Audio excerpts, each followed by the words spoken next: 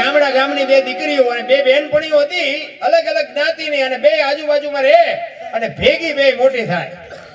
બે બહેનપણી હતી, ઢોર ચારવા જાય ભેગી, નિયાળે જાય ભેગી, ઓલીના ઘરે હોય તો અહીંયા હુઈ રહે, આના ઘરે હોય તો અહીંયા હુઈ રહે, ખાય પીવે ભેગી, પહેરે ઓઢે, હરવા ફરવા બધું ભેગું. અને સમય સંજોગ અનુસાર બાપુ બે દીકરીઓને અલગ અલગ જગ્યાએ એમના મા બાપે પરણાવી દીધી.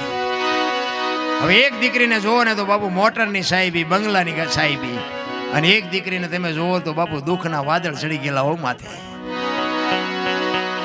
એટલે આજે સુખી બેન હતી ને, એને વિચાર આવ્યો કે હું મારા બાપના ઘરે જઉં ત્યારે મારી બેનપણી એના સાસરે હોય ને ઈ આવે ત્યારે હું મારા સાસરે હોય, અમે જુદા પડ્યા પછી અમે બે ભેગ્યું નથી થઈ. એના ઘરવાળાને કહે છે કે હાલો ને ફલાણા ગામમાં મારી બેનપણી છે, અહીંયા આપણે મળવા જવું, ગાડી લઈને હાલો ને જાય. એના ઘરવાળાએ કીધું હાલો જાય. એ ગામમાં ગયા અને પૂછતા પૂછતા એ ઘરે ગયા. ડેલી આવી. એ ડેલીમાં એની હાહુ ઊભી હતી, જે અંદર જે બેન અહીંયા પરણાવી હતી એની સાસુ ઊભી હતી. એટલે બેને પૂછ્યું કે ફલાણી બેનનું ઘર હા? તો કે હા. તો કે ક્યાં છે? એટલે એને આમ હાથ કર્યો કે અંદર રૂમમાં છે. એટલે ઈ બેન જે બહાર હતી એને અવાજ માર્યો કે એ બેન, હું તારા ઘર સુધી આવી, હવે કે તું માલ પરથી બારી તો નીકળ. ત્યારે અંદરથી બેન જવાબ આપે છે કે ના, હું બહાર નહીં નીકળું. ઈ કે પણ અમે અહીંયા 100 કિલોમીટર આવ્યા છીએ, તું આ એક ઓસરીમાં બારી નો નીકળ. ત્યારે બેન બાપુ ગાતી ગાતી કહે છે, શું કહે છે? દુઃખનો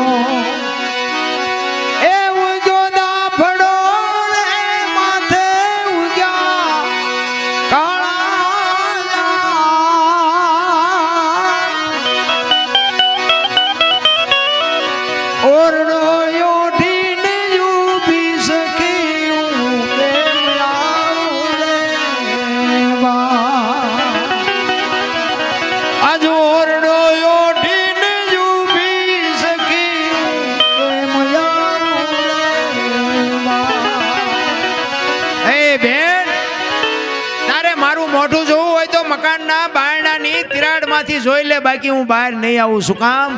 કે હું ઓરડો ઓઢીને ઊભી. તમે વિચાર તો કરો, આ દીકરી માથે કેવું દુઃખ છે કે એક દોરાનો તાંતણો માથે ન હોય તો એની હાહુનો બાપુ એની માથે દુઃખ કેવડું છે.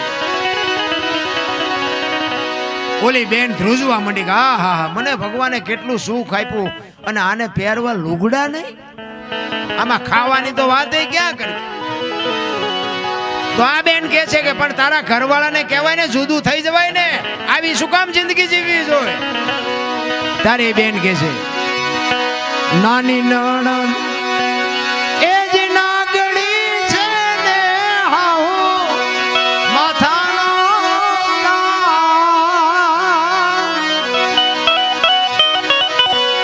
કાયર છે મારું કંથડો સખી કે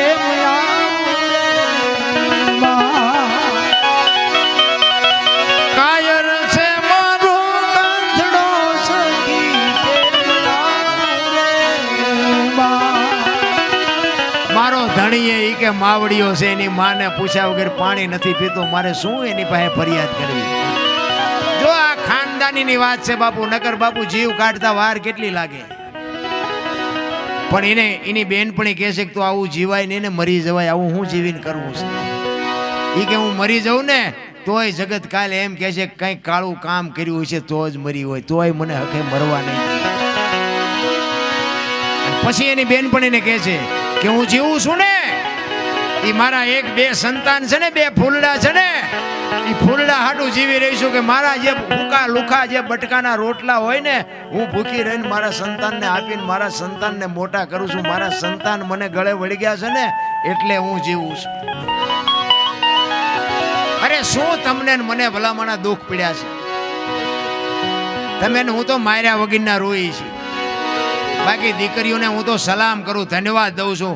કે આજે મને તો એમ થાય ક્યારેક ક્યારેક આ દીકરીઓને હારે મોકલવાનું નક્કી કર્યું ને, એ વખતે દીકરાને જો હારે મોકલવાનું નક્કી કર્યું તો આ દીકરીઓ બાજ હતા જ નહીં. હા, અને કોઈ દીકરીએ બાપુ કોર્ટે ચડીને કીધું કે મારા બાપાની મિલકત મારા ભાઈઓને વેચી દીધી, મને એક વીઘોય ન આપ્યું. કોઈ દીકરી કોર્ટે ચડીને કીધું હોય મને કયો, કેટલું સમર્પણ ભલામણ. આને જ્યારે બહુ આજીજી કરીને ત્યારે એ છેલ્લા શબ્દોમાં બાપુ એની બેનપણીએ કીધું એ કે તું ગમે એ કરી તો હું બહાર તો નહીં જાઉં, પણ હવે તારે મારી દુઃખની વાત સાંભળવી છે.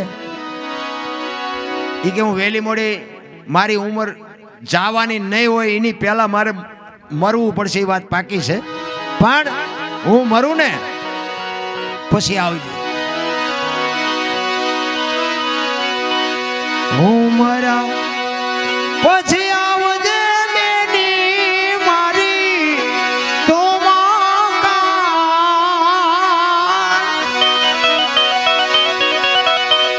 મહાણે મારી રાખ રોતી છે કે મયાવું રે અરે એને છેલ્લા શબ્દોમાં કીધું કે બેન બેન હું મરી જાઉં ને તેથી તું મારી કાણે આવજે, પણ મારા ઘરે ન આવતી તો કે એ કે શમશાને જાજે ને મારી રાખનો ઢગલો હોય ને અહીંયા કાન માંડીએ મારી રાખ રોતી હશે. વિચાર તો કરો બાપુ, દીકરી માથે કેવડા વાદળ છે.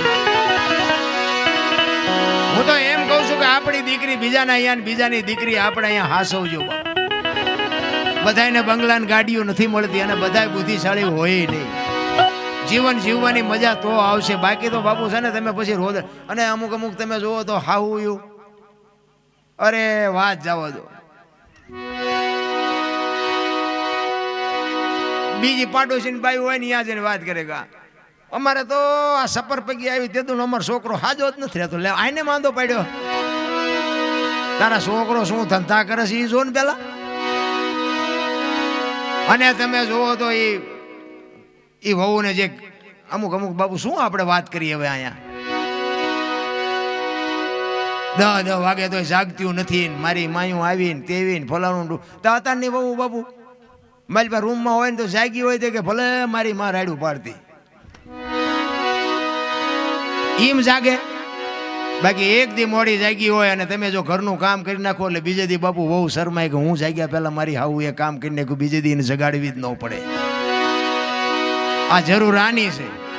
અને હાવું હોય ભૂલી જાય કે એક દી તું આ વહુ છે ને ગુડાણી દે અત્યારે હાવું થઈ છો, એટલો બધો પાવર છે નો છે.